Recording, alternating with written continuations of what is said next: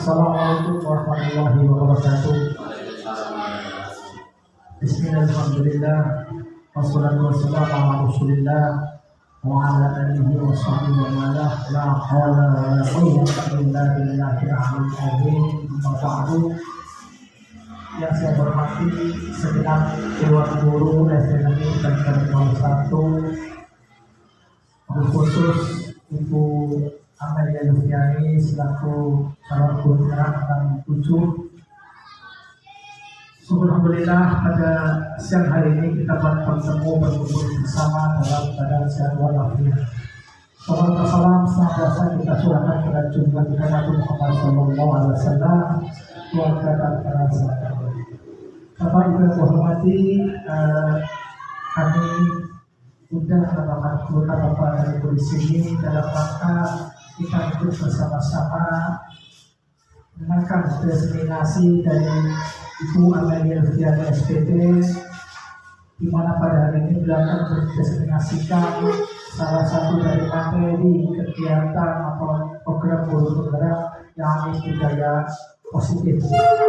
Oleh karena itu, marilah nanti kita ikuti bersama-sama apa yang disampaikan oleh Ibu Amelia, yang mana nanti kita dapat serap ilmunya, kita dapat dengan apa yang disampaikan, sehingga kita dapat melaksanakan dan muaranya nanti buat perbaikan dari diri kita sendiri sampai juga kepada nanti satuan pendidikan kita.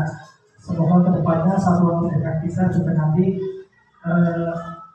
bisa menjadi lebih baik lagi, baik kuantitas dari kegiatannya maupun juga kualitas dari kegiatannya.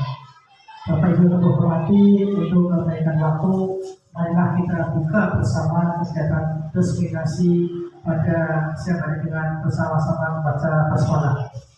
Bismillahirrahmanirrahim.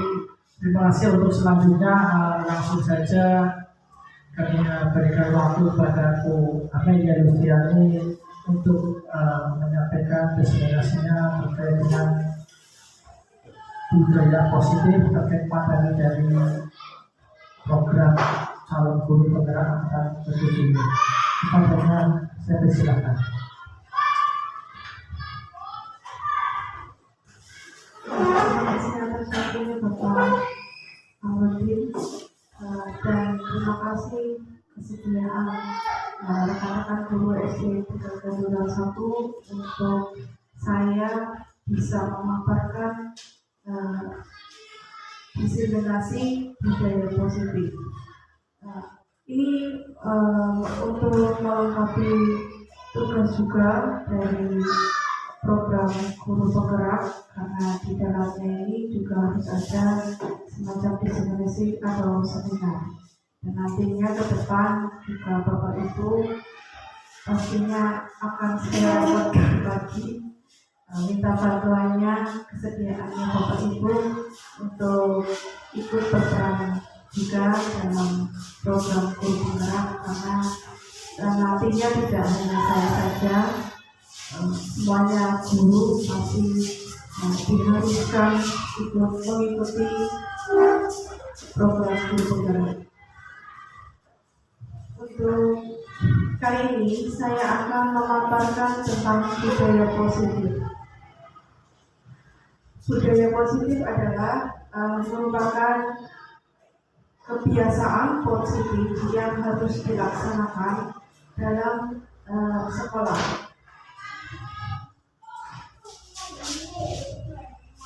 Di dalam budaya positif ada konsep inti, yaitu berupa perubahan paradigma belajar, disiplin positif, nilai-nilai kebajikan, kebutuhan dasar manusia, motivasi perilaku manusia, posisi kontrol restitusi, keyakinan kelas, dan segitiga restitusi. Jadi di sini dalam budaya positif itu terdapat macam-macam konsep inti. Yang pertama, konsep pembelajaran dengan paradigma baru. Apa itu pembelajaran dengan paradigma baru? Yaitu pembelajaran dengan paradigma baru merupakan pembelajaran yang dirancang berdasarkan prinsip pembelajaran berdiferensiasi, sehingga peserta didik dapat belajar menyesuaikan dengan kebutuhannya berdasarkan tahap perkembangan siswa dan sesuai teori psikologi modern, yaitu untuk mewujudkan profil pelajar Pancasila, di mana ada gambar di sini. Di dalam profil pelajar Pancasila, siswa, baik siswa maupun guru, di sini ada bisa bergotong royong, kreatif, bernalar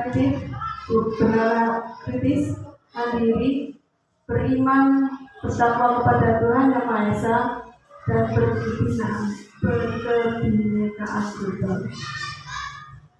Selanjutnya yaitu disiplin positif. Dalam budaya kita, disiplin dimaknai menjadi sesuatu yang akan dilakukan seseorang pada orang lain untuk mendapatkan kepatuhan. Kita itu cenderung menghubungkan kata disiplin dengan nyaman. Ya, pastinya kita pernah melakukan kedisiplinan positif, tetapi yang menurut kita benar, tapi belum tentu yang lainnya juga benar. Contoh, misal, saya siswa berangkat, diharuskan berangkat pukul 7 misal, tetapi namanya peraturan harus dijalankan dengan sesuai ya. Nah, kadang-kadang siswa, Bu, saya maaf berangkatnya lewat sedikit, 7 lewat sedikit. Nah itu menurut saya itu hanya disiplin, tetapi menurut kenyamanannya sendiri. Nah, kita sebagai pendidik punya tujuan, yaitu menciptakan anak-anak yang memiliki disiplin diri, sehingga mereka bisa berperilaku dengan mengacu nilai-nilai kebajikan universal dan memiliki motivasi intrinsik bukan ekstrinsik.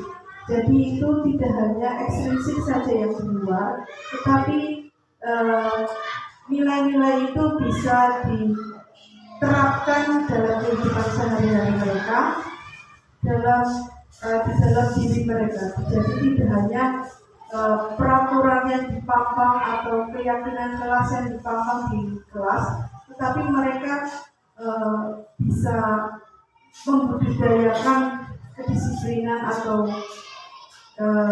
peraturan itu dalam kehidupan sehari-hari tanpa harus dipaksa. Disiplin positif merupakan salah satu cara penerapan disiplin yang bertujuan untuk menumbuhkan kesadaran serta memberdayakan anak untuk melakukan sesuatu tanpa sokongan, ancaman, ataupun hukuman. Jadi mereka secara alami memahami disiplin tersebut tanpa adanya paksaan. Namanya saja disiplin positif. Jadi tidak ada ancaman kamu harus seperti ini. Kalau tidak, kamu akan dihukum. Kamu akan itu merupakan bukan disiplin positif. Jadi disiplin positif itu tidak ada kata-kata ancaman ataupun hukuman. Nilai-nilai kebajikan. Nilai-nilai kebajikan yang disepakati dan disepakati bersama lepas dari latar belakang sosial, bahasa, dan suku, bangsa maupun agama. Di dalam profil pelajar Pancasila, yang pertama yaitu beriman, bertakwa kepada Tuhan Yang Maha Esa, dan berakhlak mulia. Ini pastinya dari dulu juga sudah ada poin yang ini ya, nilai beriman, bertakwa kepada Tuhan Yang Maha Esa itu sudah 2000 pastinya sudah ada, karena namanya nilai ini pastinya dasarnya dari Pancasila. Sesuai sila yang pertama yaitu ketuhanan Yang Maha Esa. Yang kedua yaitu nilai mandiri. Di nilai mandiri ini diharapkan siswa itu bisa mandiri, dapat mengembangkan dirinya sendiri, walaupun kita sebagai guru itu hanya menuntut, tidak memberi sepenuhnya, tetapi kita hanya memancing siswa untuk berkreasi sesuai keterampilannya dan bisa mengembangkan keterampilan tersebut. Ketiga, bergotong royong. Bergotong royong yang dimaksud adalah siswa itu dapat berkolaborasi. Namanya berkolaborasi itu bisa, ya kalau di sini lebih kerja kelompok. Kerja kelompok yang dimaksud tidak hanya mementingkan dirinya sendiri dalam meningkatkan keterampilan tersebut atau materinya, tetapi juga bisa berkolaborasi, bergotong royong dengan anak yang lain melalui kerja kelompok ataupun model yang lainnya. Yang keempat, berkebinekaan global. Yang kelima, bernalar kritis. Dan yang keenam, kreatif. IBO, Primary Years Program. Dalam Primary Years Program ini terdapat toleransi, rasa hormat, integritas, mandiri, menghargai, antusias, empati, keinginan, kreativitas, kerjasama, percaya diri, dan komitmen. Nah, nilai-nilai ini pastinya diharapkan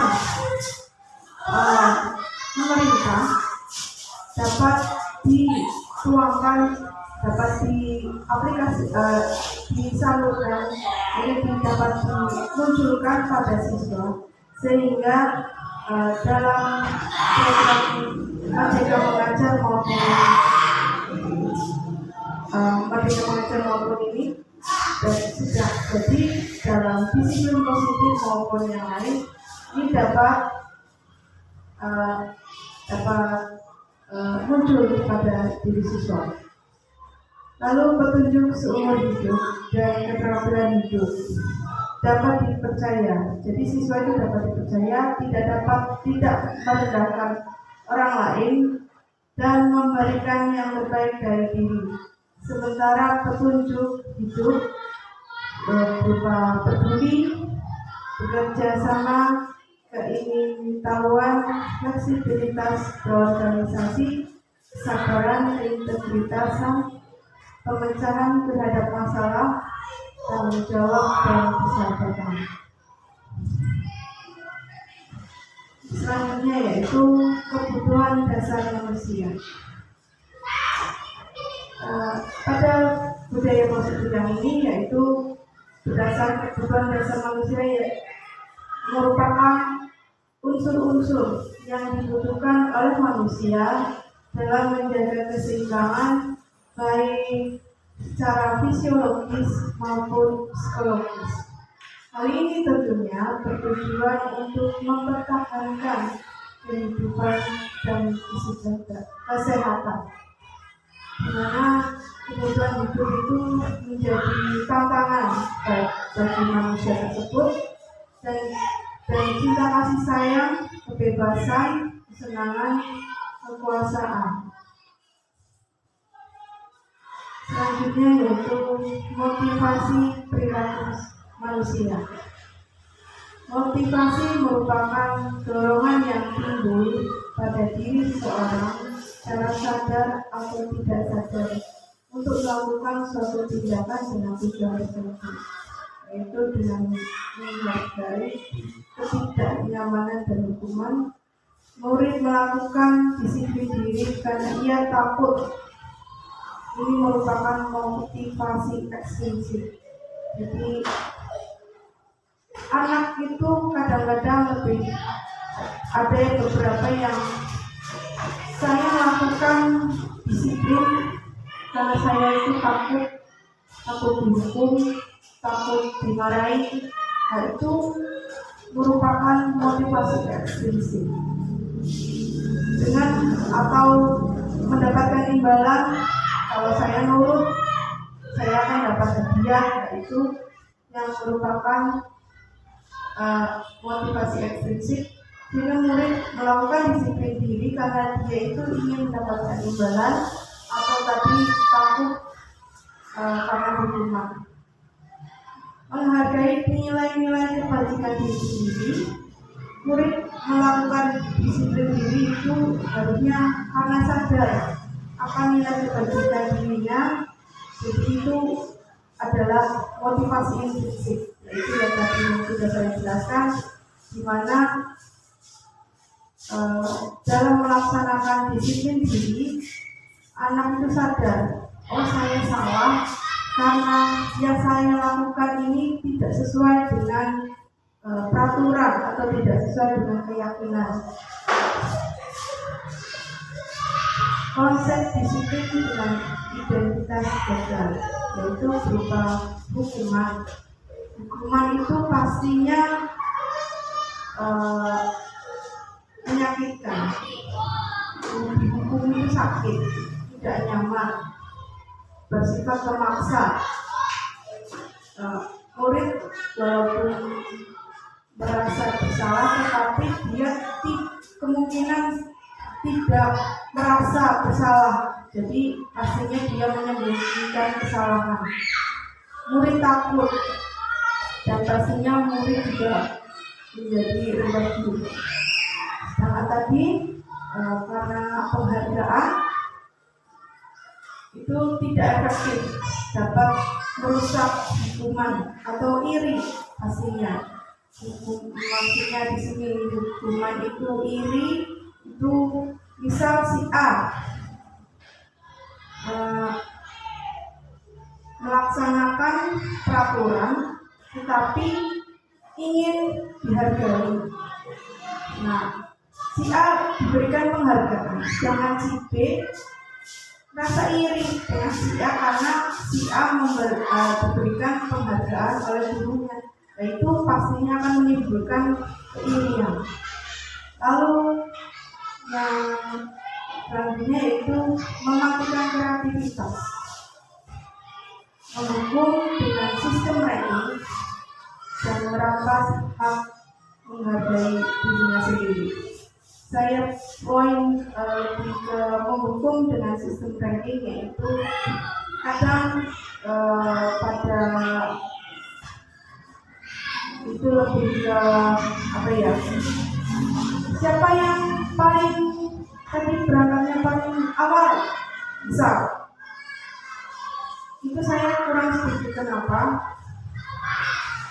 Karena akhirnya membuat strata, membuat perbedaan. Walaupun itu memacu anak untuk mendisiplinkan, tetapi akhirnya anak tadi hanya karena penghargaan berangkatnya pakai siapa, si B berangkatnya nomor 1, si C berangkatnya nomor 2, itu akhirnya menimbulkan strata, menimbulkan ranking tadi, sistem ranking.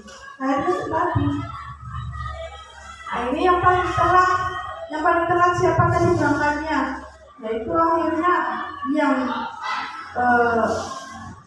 berangkatnya paling telat, akhirnya dihukum.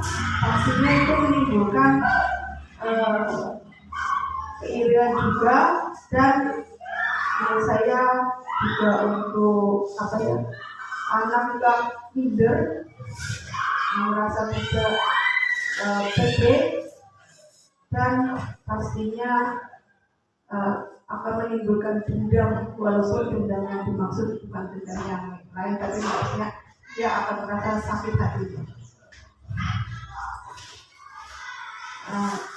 Jadi kita akan memberikan konsep disiplin dengan identitas sukses, yaitu dengan konsekuensi. Yaitu, yang pertama yaitu penguatan jangka pendek. yang dimaksud penguatan jangka pendek ini adalah sebelum kita memulai suatu pembelajaran, pastinya kita membuat seperti kesepakatan. Nah, kesepakatan. Kita sepakatnya bagaimana? Sebenarnya yang untuk peraturan dilarang ini, dilarang terlambat, dilarang membuang itu menurut kami tidak sesuai. Jadi namanya kesepakatan juga harus positif.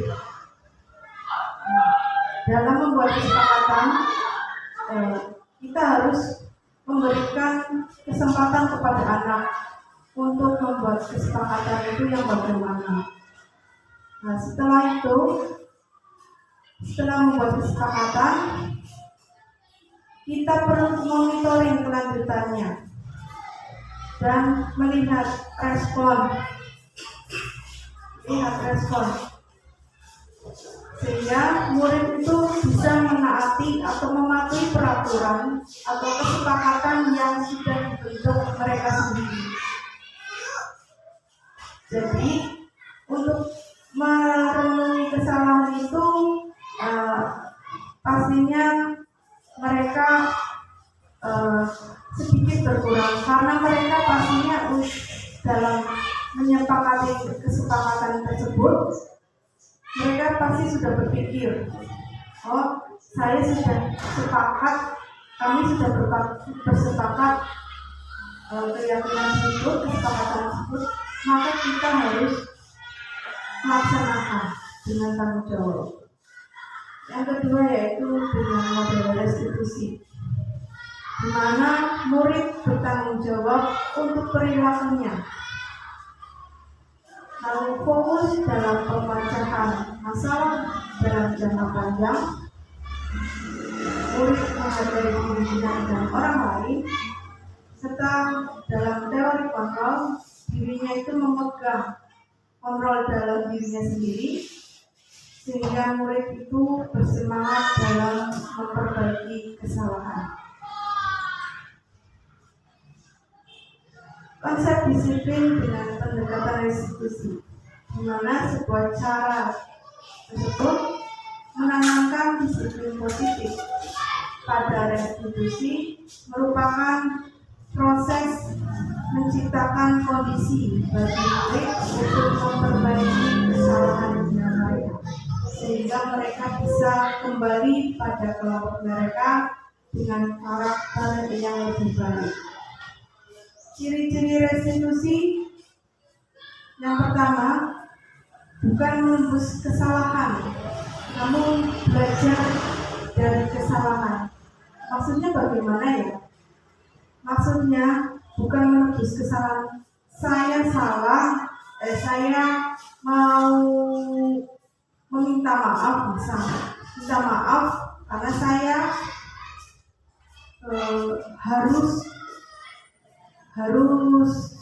maksudnya menebus kesalahan itu dia pastinya karena peraturan tersebut dia merasa salah, tetapi bukan karena dia itu saya salah, seharusnya saya begini. Jadi kesalahan itu mereka tidak belajar, tetapi karena merasa bersalah.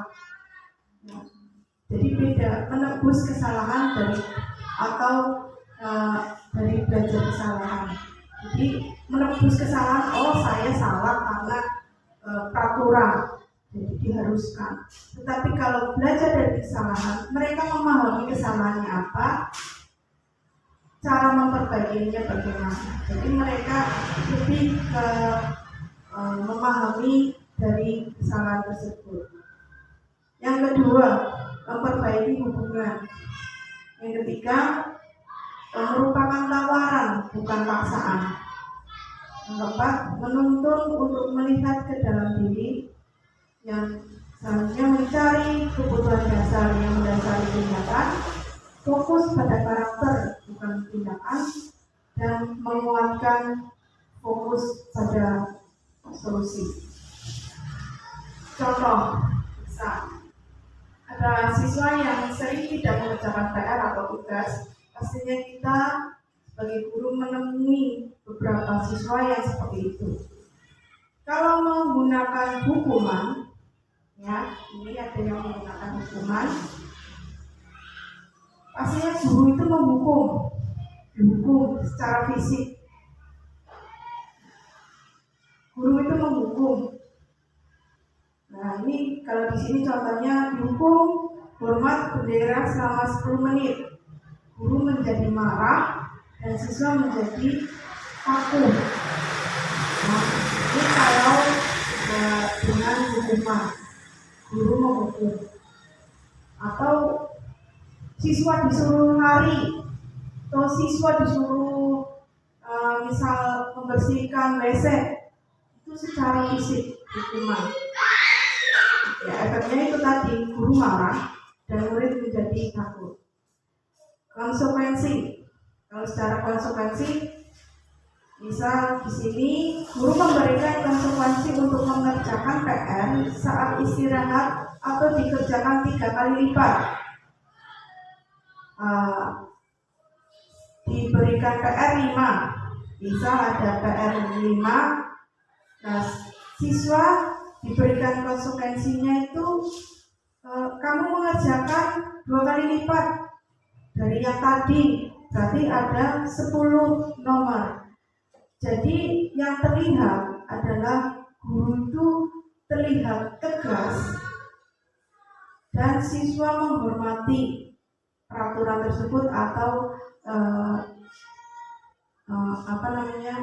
aturan tersebut. Sedangkan kalau kita menggunakan cara restitusi, guru menanyakan keyakinan kelas atau kesepakatan kelas yang sudah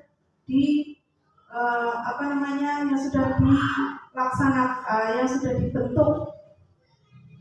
Kan sebelumnya kita harus membuat kesepakatan. Jadi dalam kesepakatan itu guru menanyakan, kemarin kita kesepakatannya gimana ya? Kita tanyakan dulu kepada siswa, jangan langsung kita menjudge atau langsung menghukum. Jadi kita harus menanyakan kepada anak tersebut kesepakatannya bagaimana dan membantu siswa dalam menyelesaikan masalah. Ditanyakan kesepakatannya, lalu ditanyakan mengapa dia tidak mengerjakan atau bagaimana. Makanya ditanyakan dulu alasan anak tidak mengerjakan PR atau tugas tersebut. Sehingga yang terlihat dalam sistem restitusi itu guru lebih terbuka.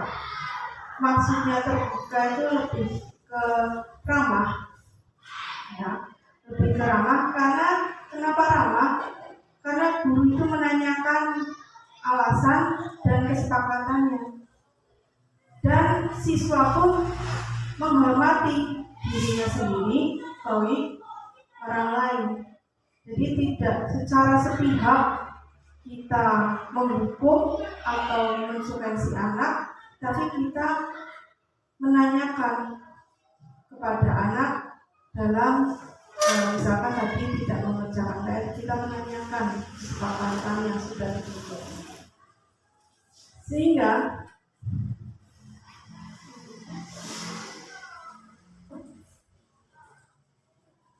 posisi kontrol restitusi.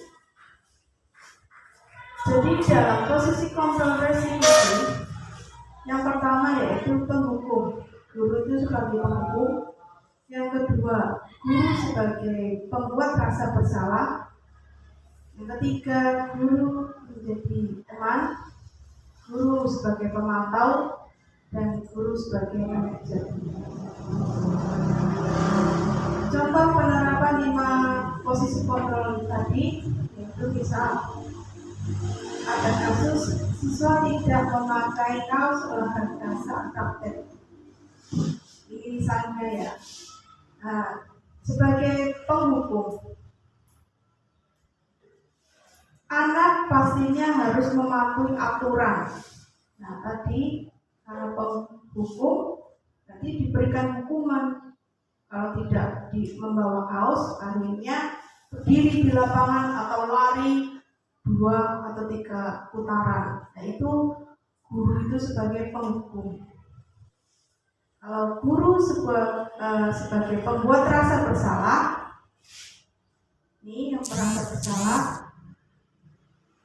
ada kata-kata, sudah berapa kali sih ibu mengatakan kalau kamu harus membawa kaos? Sudah berapa kali sih wis dikandani kok orang nurut, misal seperti itu. Akhirnya kan siswa merasa dirinya, oh iya, kenapa saya tidak membawa, kenapa ya intinya siswa akhirnya merasa bersalah. Yang ketiga, guru sebagai teman, di mana posisi guru sebagai teman ini mengajak siswanya, tetapi kadang-kadang kita disepelekan karena kita posisinya sebagai teman. Kadang-kadang kan ya sebenarnya tidak buruk, tetapi kadang-kadang kalau kita terlalu di posisi teman kan kita memposisikan kita jadi teman mereka. Artinya setara dan akhirnya kadang-kadang siswa itu menyepelekan guru. Contoh di sini ada kata-kata, ayolah yang tertib, buat Pak Guru bangga, buat Bu Guru bangga. Kali ini tidak apa-apa salah, besok jangan ulang lagi ya. Nah, itu posisi kita itu sebagai teman, menganggap kesalahan mereka itu biasa. Nanti kalau ada kesalahan, nanti jangan diulangi ya kesalahan yang ini. Nah, itu sebenarnya tidak apa-apa, cuman tidak ada lebih ke mereka pastinya akan menganggap remeh, tidak ada ketegasan. Dan yang keempat, posisi yang keempat yaitu sebagai pemantau. Namanya saja pemantau, berarti kita memantau. Lebih ke, kamu sudah tahu kan peraturannya, kamu sudah melanggar apa peraturan dan konsekuensinya. Jadi nantinya siswa lebih, menurut saya lebih ke hampir efeknya nanti sama dengan pembuat rasa bersalah. Hanya anak juga sama, minder, merasa bersalah. Nah, itu pemantau, tetapi tidak memberikan hukuman, hanya memantau saja. Dan yang kelima, kita sebagai guru, sebagai manajer, yaitu misalnya kita menanyakan, kesalahanmu apa ya tadi? Jadi menanyakan, kira-kira gimana kalau kamu tidak membawa kaos? Konsekuensinya bagaimana? Lalu cara memperbaiki kesalahan ini bagaimana? Jadi kita menanyakan, dengan proses menanyakan tadi, nantinya anak akan menyadari diri dari kesalahannya. Sebelum kita melaksanakan restitusi tadi, pastinya kita akan membuat keyakinan kelas dulu. Apa sih itu keyakinan kelas? Keyakinan kelas atau kesepakatan kelas, ya, itu hampir kayak peraturan, tetapi anak lebih dibebaskan untuk membuat peraturannya sendiri dan disepakati satu kelas tadi. Jadi nanti siswa akan memahami tanggung jawab yang sudah mereka laksanakan, sehingga menyadari kesalahan apabila mereka melanggar keyakinan kelas tersebut. Dalam kegiatan keyakinan kelas ini, guru itu bersama-sama bersama-sama dengan siswa untuk membuat keyakinan kelas atau kesepakatan kelas, berdiskusi tentang peraturan. Dalam membuat keyakinan kelas tadi sudah dibahas, ya, tidak boleh tidak dibenarkan menurut saya, tidak dibenarkan untuk menambahkan kata-kata tidak dan atau jangan atau dilarang. Dilarang membuang sampah sembarangan. Itu lebih ke negatif ya kata-katanya. Jadi buatlah, kalau bisa nanti rekan-rekan guru membuat keyakinan kelas atau kesepakatan kelas itu menggunakan kata-kata yang positif. Jangan kalau bisa jangan tidak atau dilarang. Jadi kita mencontohkan dulu, misal buanglah sampah pada tempatnya. Nah, itu kita contohkan dulu kepada anak-anak. Otomatis nanti anak-anak bisa membuat kesepakatan kelas yang lainnya. Nah, setelah itu nantinya anak memberikan beberapa kesepakatan keyakinan kelas, dikumpulkan di depan, kalau bisa ya dibaca satu persatu, lalu setelah itu dirumuskan menjadi kenyataan. Maksudnya merumuskan menjadi kenyataan itu yaitu dipilih dari keyakinan kelas yang dibuat anak-anak, dipilih 5 atau beberapa yang tidak terlalu banyak. Biasanya kan kalau peraturan itu 1 sampai 20 banyak sekali kan. Nah, kita pilih, tanyakan kepada siswa, kalau keyakinan tadi misalkan membuang sampah pada buanglah sampah pada tempatnya, kira-kira setuju atau tidak? Setuju. Nah, itu kita pilih jadi salah satu keyakinan kelas. Jadi dipilih mana yang anak setujui dan mana anak yang tidak. Lalu setelah dirumuskan, kita tempelkan keyakinan kelas di dinding. Jadi sehingga sebagai pengingat bagi siswa apabila mereka melanggar atau tidak melaksanakan keyakinan kelas tersebut.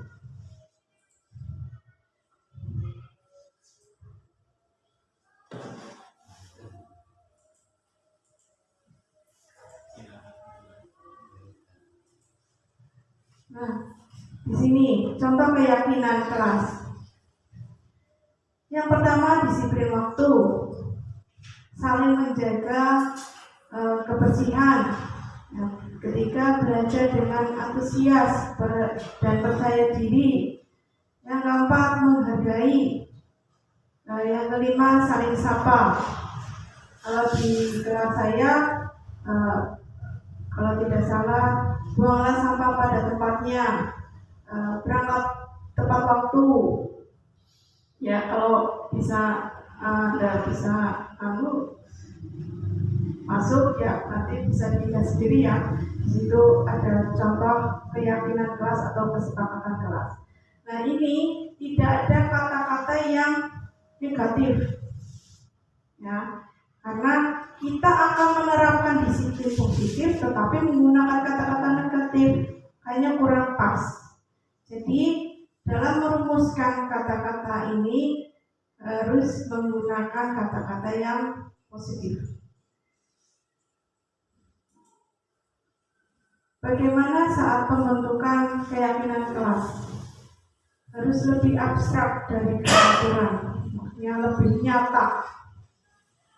Peraturan kan biasanya anak itu lebih hanya terpampang di kertas atau di papan peraturan, tetapi mereka kadang-kadang suka melanggar atau karena mungkin mereka lebih itu peraturan yang dibuat oleh orang lain, bukan dibuat oleh saya, ya.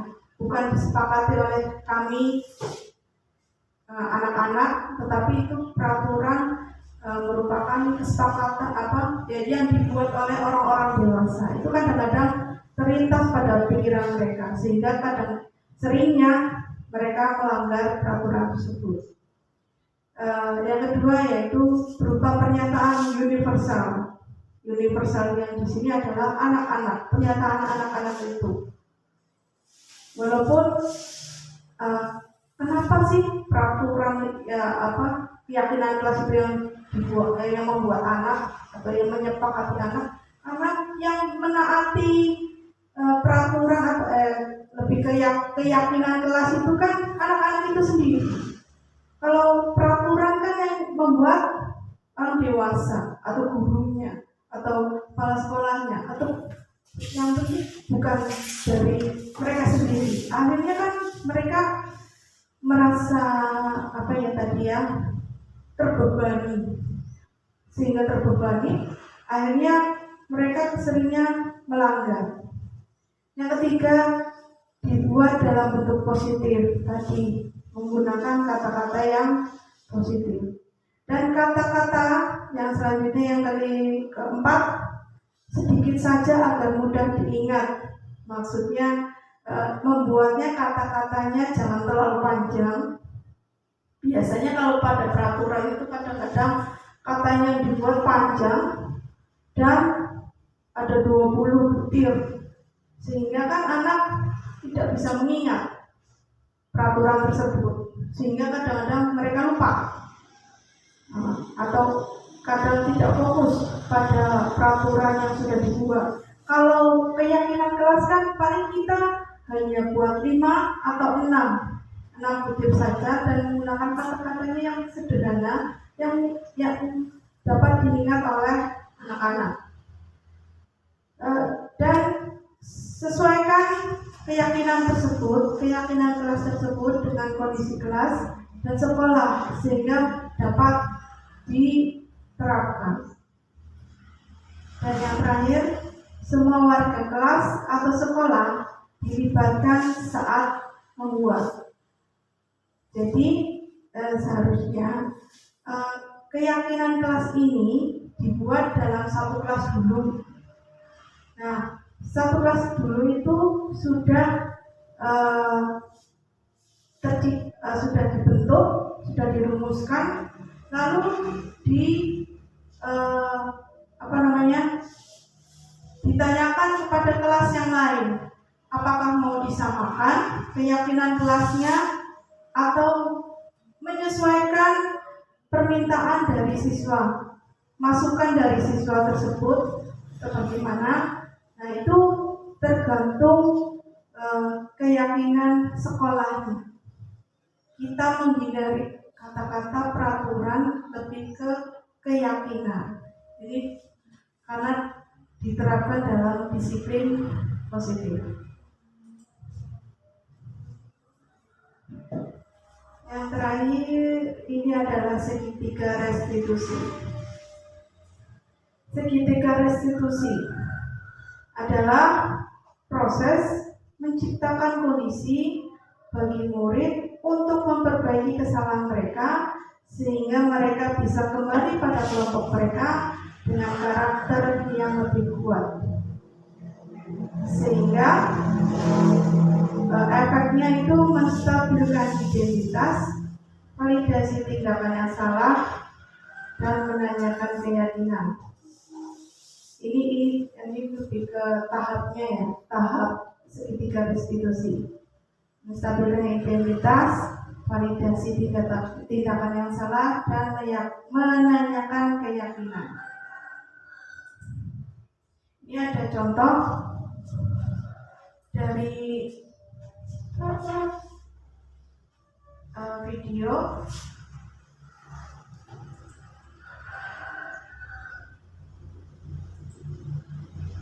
Ini mohon maaf, ini suaranya nggak tahu kenapa mungkin agak ada yang salah, jadi tidak terekam suaranya.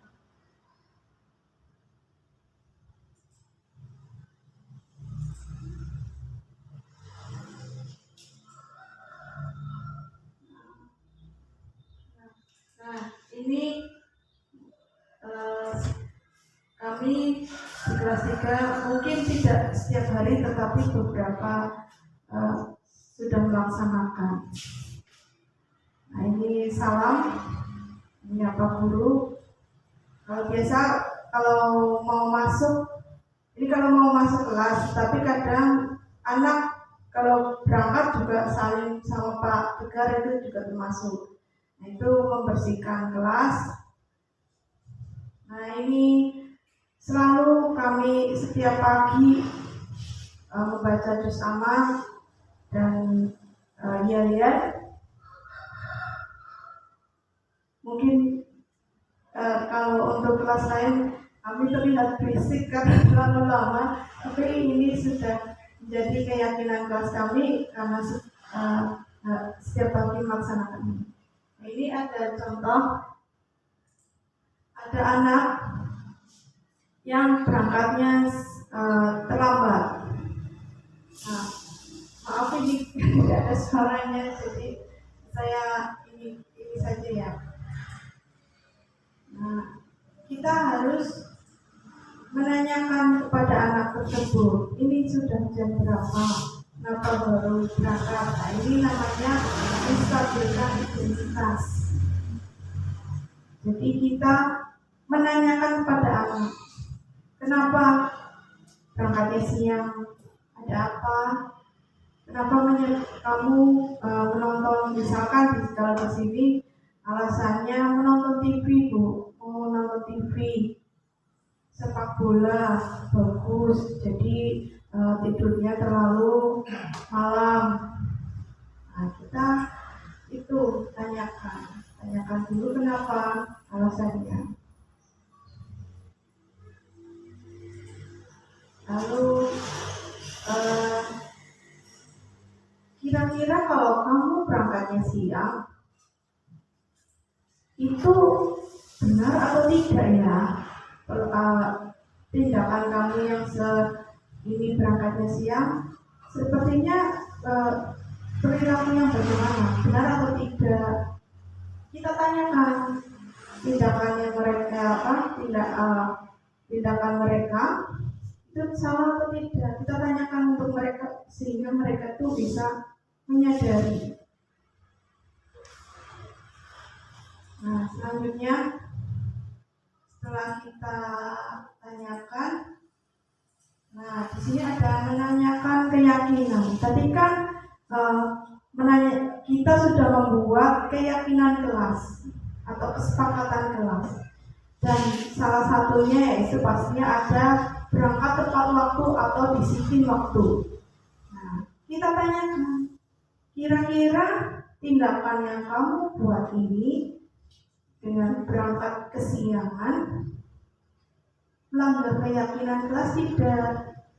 Nah, kalau melanggar keyakinan kelas yang mana? Kita tanyakan pada mereka.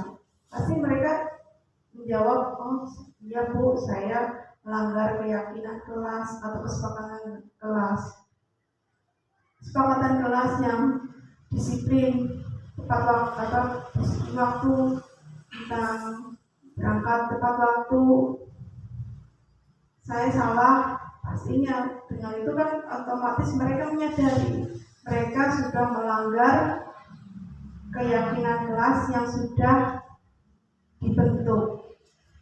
Padahal itu keyakinan mereka buat sendiri dan mereka sepakati bersama. Nah, jadi dalam ini kita harus menanyakan pada mereka dan mereka sehingga mereka bisa memahami kesalahan yang mereka buat, sehingga apabila mereka melakukan kesalahan itu lagi, mereka akan berpikir ulang karena mereka sudah melakukan membuat keyakinan kelas atau kesepakatan kelas itu sudah karena mereka mengungkapkannya sendiri dan menyepakatinya sendiri. Nah, selanjutnya setelah ini kasus yang kedua. Misal ada anak saat gurunya memberikan materi, memberikan penjelasan, anak-anak yang lain juga sedang melaksanakan pembelajaran kelas. Anak ini sedang membawa HP dan menonton HP itu saat pembelajaran di kelas. Jadi kita harus tadi tahapnya sama. Saat kita melihat anak melakukan pelanggaran, kita tanyakan sama, menanyakan kenapa membawa, apa yang kamu lakukan, sedang apa. Nah ini kita tanyakan kenapa membawa HP, kenapa membawa tadi gadget, padahal kan sedang pembelajaran. Nah kira-kira ini sudah benar belum perilaku kamu? Jadi kita harus menanyakan dulu, tidak hanya langsung kita hukum, kita judge langsung. Apalagi kita hukum secara fisik itu, apalagi sekarang peraturan hukum di Indonesia sudah ada peraturannya tentang perlindungan anak, di mana anak itu tidak boleh dihukum secara fisik. Verbal pun juga kita tidak boleh, misal hanya kata-kata yang lekit ya, gimana sih, itu aja nggak bisa. Nah itu sudah akhirnya itu mendorongkan anak, membuat anak itu merasa down, rendah diri, akhirnya mereka otomatis tidak percaya diri. Ada lagi efek yang lainnya. Pak guru ngomong kayak kaya, akhirnya apa? Anak itu dendam. Kalau dendamnya mereka membuat mereka semangat sih nggak apa-apa. Dendamnya mereka akhirnya bisa efeknya nanti di tahap selanjutnya. Hanya anak juga untuk menghargai dirinya sendiri pun tidak bisa, karena dendam itu menimbulkan efek dendam dan tadi tidak percaya diri. Jadi kita bersama-sama, walaupun saya juga kadang-kadang ini, tapi marilah kita bersama-sama untuk membudayakan budaya positif, karena tidak mungkin kita bukan manusia sempurna, karena sempurna itu dari Allah. Jadi paling tidak kita belajar bersama untuk membudayakan budaya positif, sehingga pendidikan Indonesia ke depannya dapat lebih baik lagi daripada sebelumnya. Barangkali ada penjelasan yang kurang berkenan, mohon maaf. Apabila teman-teman guru, rekan-rekan guru ada yang menanyakan materi kami, mohon berkenan bertanya. Mungkin bisa saya jelaskan walaupun tidak secara detail. Terima kasih. Wassalamualaikum warahmatullahi wabarakatuh. Terima kasih Ibu Ahmadiyah Lucia SPD yang telah menpresentasikan budaya positif SLBT dari 21. Mohon Pak Hadir, pengumpulan guru dan tadi yang sudah dijelaskan, apakah ingin bertanya atau menanggapi atau merespon terkait dengan tadi yang dijelaskan? Kalau saya tidak ada.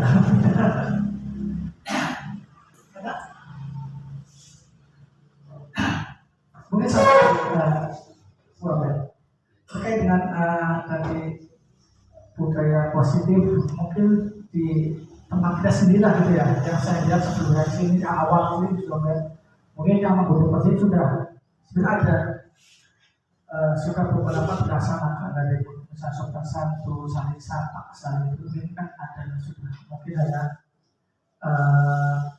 konsistensinya atau juga mungkin kuantitas atau kualitasnya. Saya kan istiqomahan dalam pelaksanaan itu karena satu situasi kondisi. Nah terkait dengan penggunaan kata istilah keyakinan dengan kesepakatan ini kan lebih banyak di menggunakan kata keyakinan ya. Kayaknya kalau saya pribadi nggak tahu ini bukan masalah saya benar, tapi apakah ada maksud tertentu atau ada tingkatan penggunaan katanya dengan keyakinan? Karena ada lebih kalau saya pribadi nih nggak ada yang bisa diberikan kata kesepakatan dan kesepakatan. Ya para pemerintah enggak kalau mungkin tingkatannya lebih ini ya nanti ya satu itu mungkin pada bisa di katakan dengan ini. Yang kedua terkait dengan tadi keyakinan atau kesepakatan kelas tadi. Apakah dalam keyakinan atau kesepakatan kelas itu juga perlu karena kan tidak boleh ada penggunaan kata-kata negatif. Tadi apakah sudah perlu ketika dibuat kesepakatan itu atau keyakinan itu apakah perlu ada konstruksi juga? Konstruksinya apa gitu? Ataupun dalam apa? Karena nanti juga ada dikatakan konstruksi yang hukuman dalam konstitusi. Gitu. Apakah dalam pembuatan nanti keyakinan atau kesepakatan itu apakah perlu juga diikuti dengan konstruksi? Yang terakhir dari tiga, satu tadi terkait penggunaan kata, dua yang ketiga yang selama ini terjadi juga di tingkatan yang lebih tinggi SMP, SMA kata nggak tahu sekarang. Dulu saya mengalami si salah poin itu ya, ada BP gitu, anak rokok kena poin sekian kan, yang akhirnya ketika melampaui batas poin hukuman tertingginya adalah dikeluarkan gitu. Nah itu bagaimana dengan hal yang seperti itu gitu. Karena ketika guru tidak tegas pun kadang jangannya lemah mereka. Gua aman, gurunya eman. Dobrakan sekedar di kalau kita percaya ini aman. Nah, gurunya orang galak. Akhirnya ya sudah. Kadang banyak lagi ada yang sadar tapi ada yang malahan memanfaatkan. Jadi dari tiga ini kira-kira benar terima kasih. Saya sambil duduk ya Pak. Untuk lebih keyakinan dan perbedaan lebih keyakinan atau kesepakatan, menurut saya sih sama saja Pak. Kalau kesepakatan mungkin kita lebih ke sepakat, lebih ke persetujuan. Jadi lebih menurut kita kan kesepakatan lebih rendah daripada keyakinan. Tapi menurut saya sih sama saja karena kesepakatan, nah itu kan tadi semacam kayak pemikiran-pemikiran anak dalam membuat kesepakatan atau keyakinan kelas itu kan harus dirembuk bersama, lalu disepakati. Setelah disepakati kan mereka memahami sehingga bisa menjadi keyakinan kelas. Menurut saya sih hampir sama, tetapi ya itu sih tergantung persepsi masing-masing. Tetapi menurut saya sih sama, karena kesepakatan kelas bisa membentuk keyakinan kelas. Dan yang kedua yaitu tadi yang poin ya ngomongnya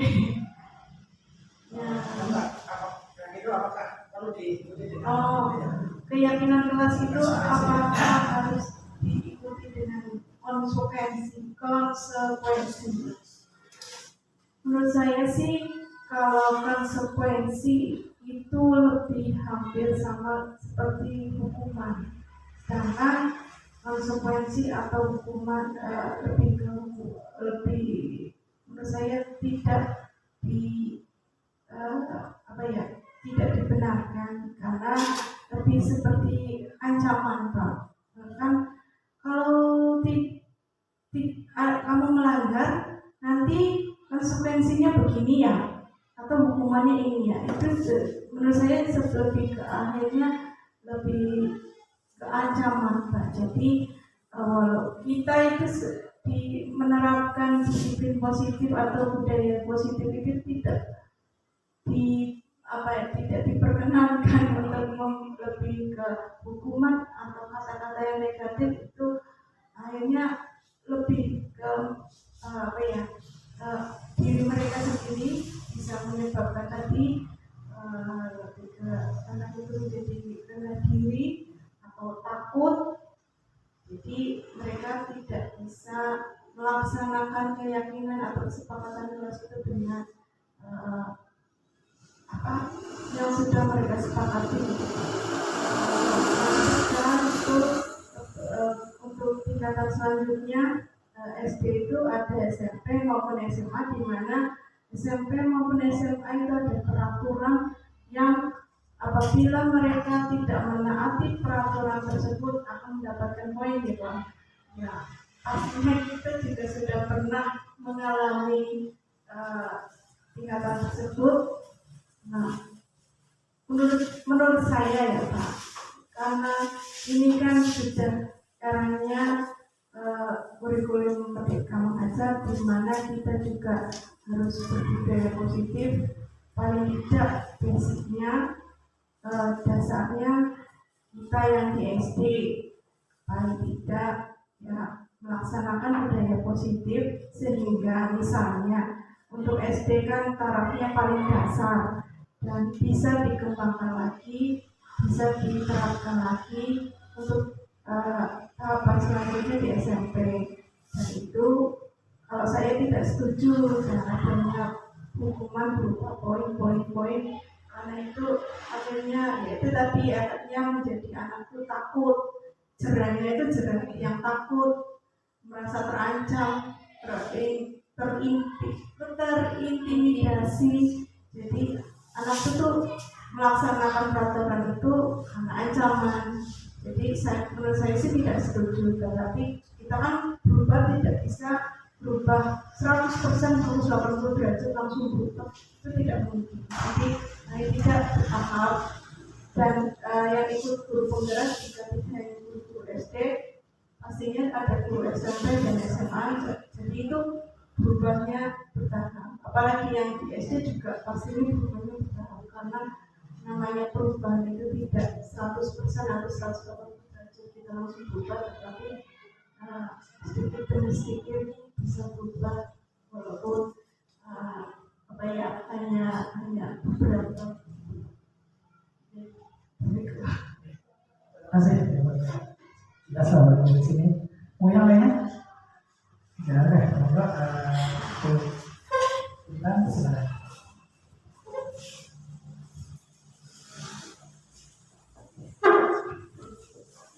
Langsung saja Bu Amet.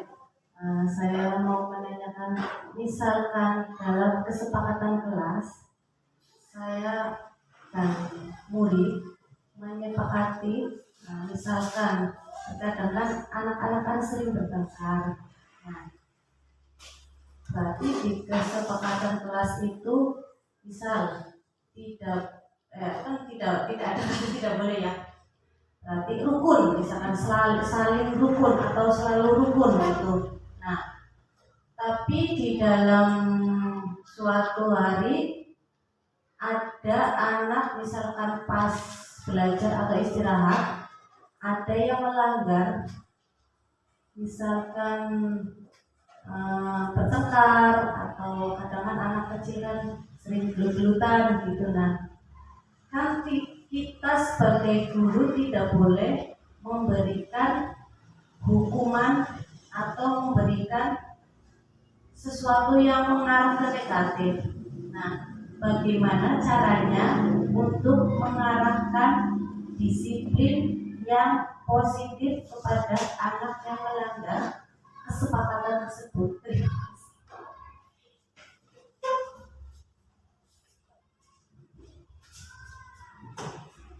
Jadi lebih ke hampir kayak biar anak tuh menyepakati kesepakatan yang sudah dibentuk dan tidak berikan konsekuensi. Jadi pertama pastinya kita menanyakan kedua anak itu dipisahkan dengan anak-anak yang lain, kita menanyakan mengapa mereka bertengkar. Tadi kan tahapannya kan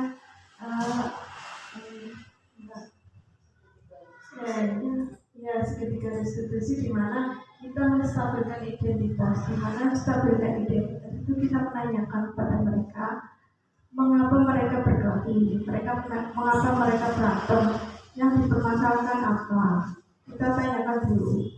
Lalu kira-kira kamu melanggar ini enggak ya? Nah, kan kita sudah melakukan kesepakatan rukun terhadap teman atau paling tidak rukun terhadap teman. Misalkan kita sudah membuat keyakinan itu, kan itu kita sudah sepakati kemarin rukun, saling rukun. Loh, kok ini berantem? Itu kira-kira baik atau tidak? Kita menanyakan lagi kesepakatan itu kepada anak. Sepertinya kamu melanggar atau tidak ya? Akhirnya kan mereka berpikir, oh saya salah, saya berantem ini sama ini, saya berantem sama dia, bukan ini bu. Mereka kan akhirnya cerita. Apalagi anak itu kalau ditanya, otomatis kan keluar semua. Mereka itu suka paling ditanya, karena pertanyaan yang kita ajukan paling tidak yang sesuai baik itu permasalahan yang kita hadapi, itu mereka suka. Dalam kita memberikan pertanyaan, otomatis kita itu memberikan perhatian. Jadi mereka akan mengeluarkan ini kata ini seperti ini, nah itu kita tanyakan satu-satu. Kenapa? Ada apa? Masalahnya apa? Nah, apakah kalian seperti ini betul? Bertengkar seperti ini betul? Berantem ini betul? Apakah dengan berantem seperti menyelesaikan masalah? Nah, kita tanyakan.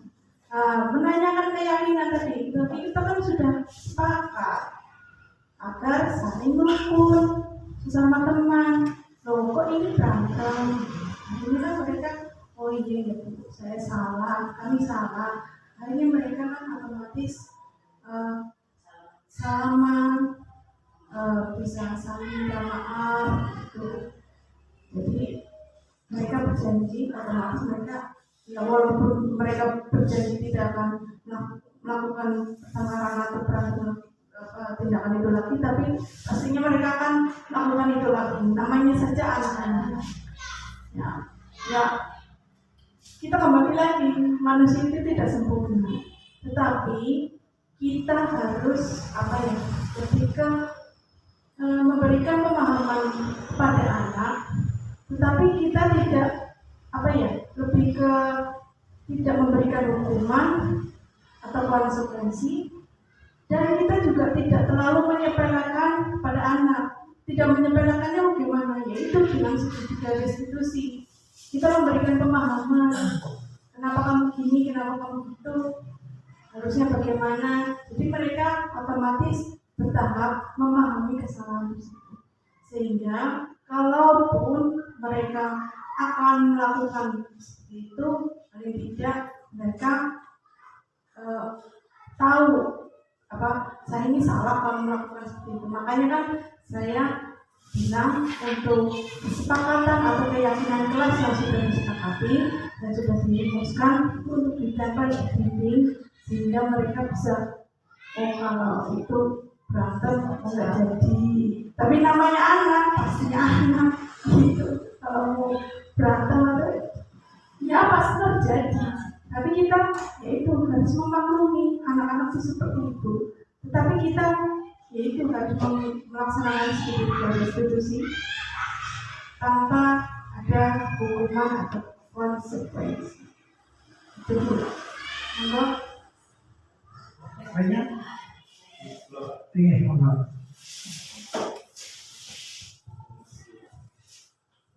Assalamualaikum warahmatullahi wabarakatuh. Langsung saja ke pokok permasalahan. Ini tentang keyakinan kelas. umpamanya kalau yang terjadi itu anak naik kelas yang mengganggu atau sering berantem. Di sini sering terjadi dari kelas 6, kelas 5, atau kelas 5 ke kelas 4, dan juga ada kelas 4, kelas 3, dari kelas atas ke bawah. Sedangkan dari kesepakatan kelas itu kan dari guru tiap kelas bisa beda-beda. Nah, bagaimana mengatasi permasalahan seperti ini? Yang ikut berantem itu dari kelas tinggi, kelas sedang, sering terjadi itu. Bagaimana caranya? Mohon penjelasan. Ya, terus saya nambah pertanyaannya. Kalau keyakinan kelas atau kesepakatan kelas kan pastinya menurut saya hampir-hampir mirip, Pak. Ya. Menurut saya hampir-hampir mirip. Nah, keyakinan kelas, makanya kan tadi saya sudah mengatur keyakinan kelas atau kesepakatan kelas dari kelas 1 sampai kelas 6 itu mau disamakan atau mau disepakati sama atau tidak. Nah, kalau misal ada yang tidak, nah itu kita ambil poin-poinnya yang hampir sama, nah itu bisa menjadi kesepakatan sekolah atau keyakinan sekolah. Karena kan tidak mungkin dari perbedaan keyakinan kelas itu kan menjadi jenjang, maksudnya menjadi apa ya, lebih ke ini keyakinan kelas 1 sama keyakinan kelas 2 berbeda, nggak bisa sama, jadi tidak bisa dijalankan segitiga restitusi ini. Menurut saya sih bisa, Pak, tetapi harus diambil lebih poin-poin yang penting dan tidak yang hampir-hampir mirip. Jadi itu bisa dijadikan keyakinan sekolah sehingga itu bisa diterapkan segitiga restitusi di sekolah walaupun berbeda kelas. Jadi keyakinan sekolah menurut saya juga penting karena walaupun kelas berbeda tapi kan kita masih satu sekolah. Jadi keyakinan kelas yang diambil itu yang hampir mirip dan poin-poin yang penting. Jadi itu bisa menjadi keyakinan sekolah. Namanya?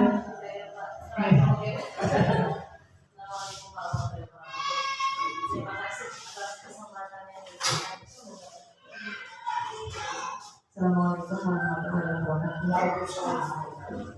Terima kasih atas kesempatan yang diberikan. Pada kesempatan kali ini saya akan mengajukan 2 pertanyaan.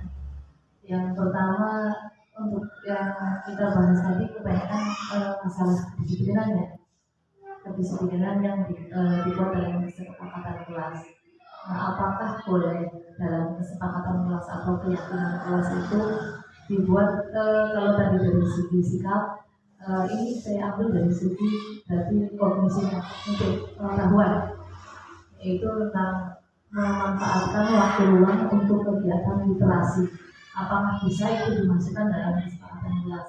Kalau tadi yang dibahas sepanjang ini kan berarti pada sikap ya. Ini pada segi kognisinya bisa atau tidak?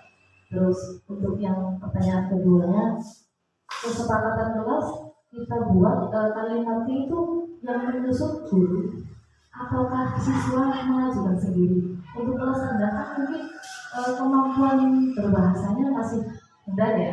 Apakah itu sepenuhnya dari guru atau barangkali guru memancing siswa itu bagaimana? Terima kasih.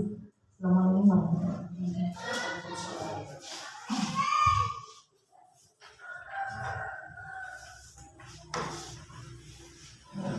Menurut saya ini untuk dijawab dari pertanyaan Bu Dina. Yang pertama yaitu apakah bisa keyakinan kelas dari aspek kognitif?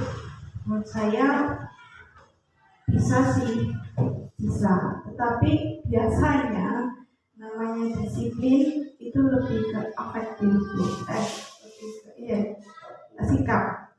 sikapnya afektif. Jadi biasanya itu kan kayak kalau kurikulum 13 kan K1-nya lebih ke K2-nya jadi untuk K3-nya biasa itu tergantung dari gurunya atau siswanya, tapi biasanya lebih ke afektifnya, lebih ke sikap. Biasanya yang muncul itu. Tapi kalau kognitif menurut saya sih bisa, tapi kayaknya agak kurang pas menurut saya. Yang kedua, bagaimana untuk yang kelas 1 dan 2 apabila untuk menyusun keyakinan kelas, apakah kita harus mancing atau gimana?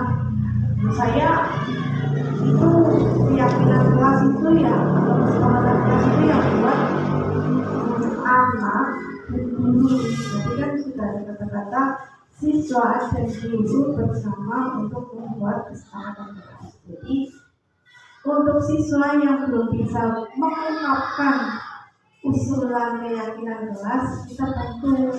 Tadi kan kita dikatakan ini membuang sampah pada tempatnya, buanglah sampah pada tempatnya. Terus apa lagi ya? Oh ini Bu, harus nyapu. Misalkan mereka kan hanya harus nyapu Bu tiap pagi. Ya ditulis. Mereka tuliskan apa adanya. Nah, mereka tuliskan apa adanya. Misalkan kalau mereka ada yang tidak bisa nulis, ya kita bisa membantu menuliskan. Dan setelah mereka sudah menulis dalam kertas, note, ya, untuk biasanya kalau kemarin saya buat note, lalu anak menulis. Kalau yang tidak bisa menuliskan, ya kita bantu. Kamu mau mengungkapkan apa keyakinan kelasnya? Nah, kita bantu menuliskan. Nah, kalau sudah mereka maju ke depan, nah kita bantu, kita bacakan satu-satu. Anak yang baca atau kita yang baca. Nah, kalau anaknya sudah bisa baca, alhamdulillah. Kalau anaknya yang tidak bisa baca, ya kita bacakan. Nah, kita baca satu-satu, kita tanyakan ke siswa. Kalau ini misalkan harus nyapu setiap hari, harus ada anak yang nyapu misalkan, ya kita betulkan, kita bantu untuk menyusun kata-kata yang lebih positif atau lebih baik lagi gitu. Jadi tidak sepenuhnya diberikan ke anak, tidak juga sepenuhnya diberikan kepada guru, karena namanya kesepakatan kelas yang membuat siswa dan guru. Jadi misalkan siswa ada yang belum bisa, ya kita bantu. Jadi pokoknya rumusan itu anak buat sendiri. Nah, kalau misalkan ada kata-kata yang kurang pas, kita bisa betulkan. Lalu kita tanyakan, kalau jangan harus tiap hari tiga gimana? Kalau kita ganti menjaga kebersihan gimana? Kan tiket juga sama menjaga kebersihan. Nah, itu kan bisa kita betulkan kata-katanya yang menjadi lebih baik lagi. Itu jadi intinya dalam membuat kesepakatan kelas guru dan siswa. Itu Bu, ada lagi yang mau ditanyakan? Oke, sudah. Tapi pada yang sudah dijelaskan, sudah respon, tapi tekangan juga sudah secara berbeda. Jadi kalau sudah jelas lah dari yang disampaikan, bahwasanya budaya positif ini tadi disampaikan dari dulu sudah ada, cuma belum digaungkan, dan juga paradigmanya tidak berubah karena ada paradigma baru. Kalau dulu budaya positif diikuti dengan konsekuensi seperti adanya hukuman. Kalau sekarang lebih cenderung di paradigma barunya budaya positif itu diikuti dengan pemahaman dan penguraian masalah yang pada penyadaran akan mengakui kesalahan dan nanti jadi dengan tidak melakukan kesalahan kembali. Jadi di posisi pada dimana para gubernur seperti itu. Karena semoga juga di satu pendidikan kita sendiri aja dari kita 21 apa yang sudah berjalan akan dapat konsisten kita laksanakan, dan budaya-budaya positif yang mungkin belum diterapkan mungkin bisa nanti secara bertahap akan dapat kita laksanakan, kita terapkan dengan tadi dengan paradigma baru, bukan mudah menghakimi apalagi memberikan hukuman pada siswa, tapi pada muaranya penyadaran para siswa, pengakuan dia sudah berbuat salah, tapi dengan mengaku dan bersadar tidak melakukan kesalahan yang serupa di lain waktu. Mungkin itu utamanya pada posisi itu di posisi dari positif. Bapak Ibu pada hari yang saya hormati, karena tadi sudah tidak ada pertanyaan lagi atau tanggapan respon lagi, tapi mungkin cukup acara kita sudah positif oleh Ibu Amelia Lulus dan SPD calon gubernur angkatan 7 Brebes dari negara 1. Kita cukup sampai di sini. Saya sendiri selaku pengantar kegiatan, mohon maaf sebesar-besarnya mungkin ada salah kata ataupun khilafan.